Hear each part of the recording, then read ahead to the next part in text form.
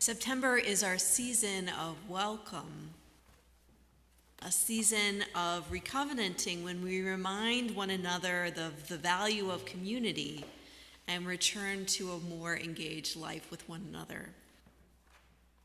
We have been marking this time in worship by paying attention to some key scriptures and a few public figures who help them to come alive for us. So 2 weeks ago, we received Jesus' teaching about the importance of direct conversation when someone is harmed. And we heard from Alok, a poet, speaker, and activist who responds to the hate directed towards them by inviting everyone to be freed from the restrictions of the gender binary.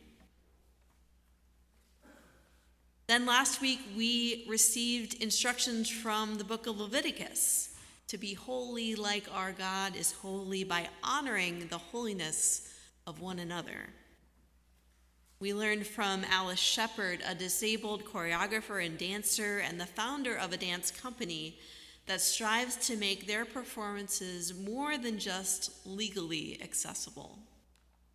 They hope to make each performance an experience of welcome, connection, intersection, exploration, and joy, experiences that truly honor the holiness of folks with a wide variety of abilities. This week we come to one of the most famous passages in our Greek scriptures, in what we know as the New Testament, from the Gospel of Matthew. Maybe you recognize this one.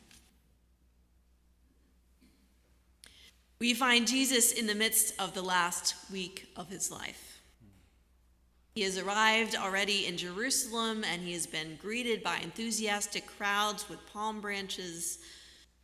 He has already alarmed both the Roman colonial powers and the Jewish religious leaders.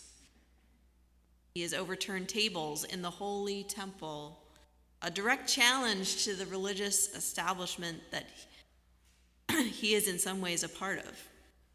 And now he is being questioned.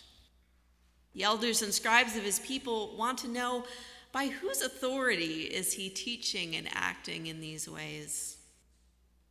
He attempts to catch Jesus making a mistake, asking tricky questions about taxes and resurrection.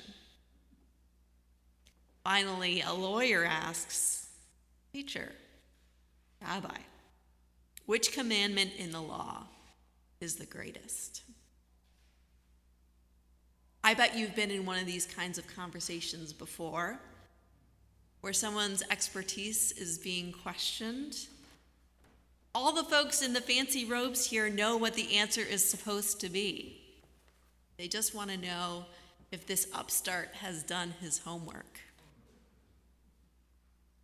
Jesus, as usual, finesses a difficult situation with great skill. First, he gives the answer that they are waiting for. According to the book of Deuteronomy, the greatest commandment is to love God with all that you are, your heart, your soul, your strength. And then Jesus doesn't stop there. He says, this is the greatest and the first commandment, and a second is like it. You shall love your neighbor as yourself. On these two commandments hang all the law and the prophets. Many of us have heard this quote from Jesus so many times that it may seem obvious: love God and your neighbor as yourself. And to be clear, nothing Jesus says is new. It's not something any of these folks in the fancy robes could have disagreed with him about. This all comes from his Jewish tradition. It is all recorded in the Hebrew scriptures. However, Jesus is drawing two central parts of Jewish tradition together to clarify their relationship. Yes, we are called first and foremost to love God, and loving God means loving our neighbors as ourselves, as we learn in Leviticus and from the prophets. To be holy people, we must honor not only God, but one another. So this reframing that Jesus does, standing in the center of the temple in the most important place in Jewish life among religious authorities, makes it clear that this is what he believes the tradition is really about.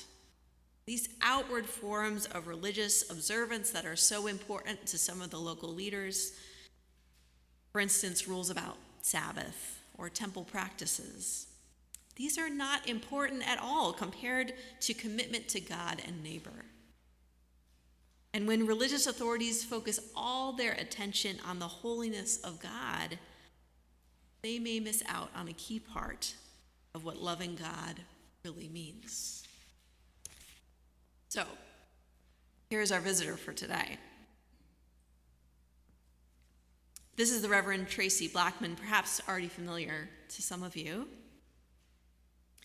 Reverend Blackman is the Associate General Minister of Justice and Local Church Ministries for the United Church of Christ, our denomination.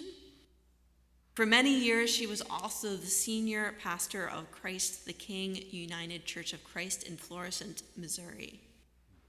In that capacity, she became a key leader in the justice movements following the killing of Michael Brown Jr. She has worked nationally and internationally on issues of racism and white supremacy, partnering with Black Lives Matter and the Moral Mondays movement and the Nuns on the Bus and many others. She is a tireless advocate on countless issues, showing up on the ground with a powerful prophetic voice from inside the religious establishment. Reverend Blackman is such an eloquent preacher, I really want to beg you to listen to a whole sermon or speech of hers instead of just giving you little pull quotes. But here's a tiny taste just to get you interested. She says, "When we commemorate the life of a dreamer, we must also ask what has become of the dream." She says, "It is impossible to be unarmed when my blackness is the weapon that you fear." She says, "There are no voiceless people, only those who do not have an audience. The role of an ally is to use our resources to increase the audience of those often unheard and silenced by racism." And I love this snippet from an interview that she gave. Asked when she first connected justice work to the gospel, Blackman drew applause as she responded, "I've never known the gospel outside of justice work." She went on to say, "I'm a Black woman from Birmingham, Alabama, born in the 1960s. I integrated 2 schools. One of my pet peeves is when people describe me or others I work with as being left or progressive or liberal. I don't preach a progressive gospel. I preach the gospel. The gospel is a social gospel, a liberating gospel. We will not be defined by other people's labels. We are disciples of Jesus Christ."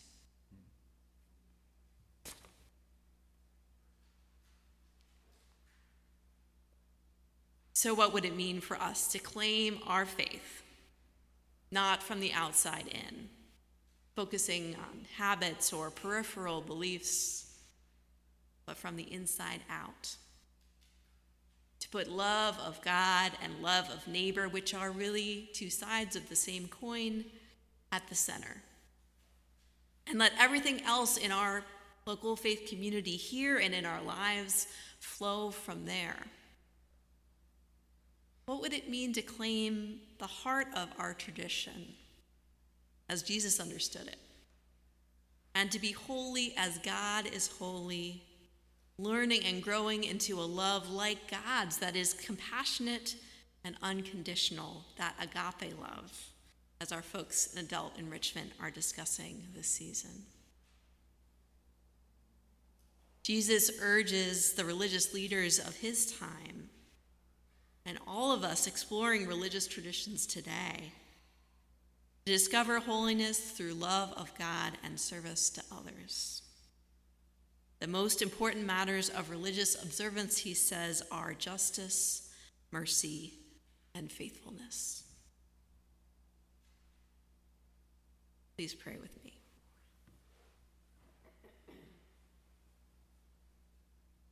Holy God, so many people have so many ideas of what it means to follow you. Let us not get too caught up in debating or disproving them, but focus ever more closely, ever more deeply on the heart of the matter, learning how to be loved and learning how to love, loving God and one another here in our holy space and throughout your sacred creation. Amen.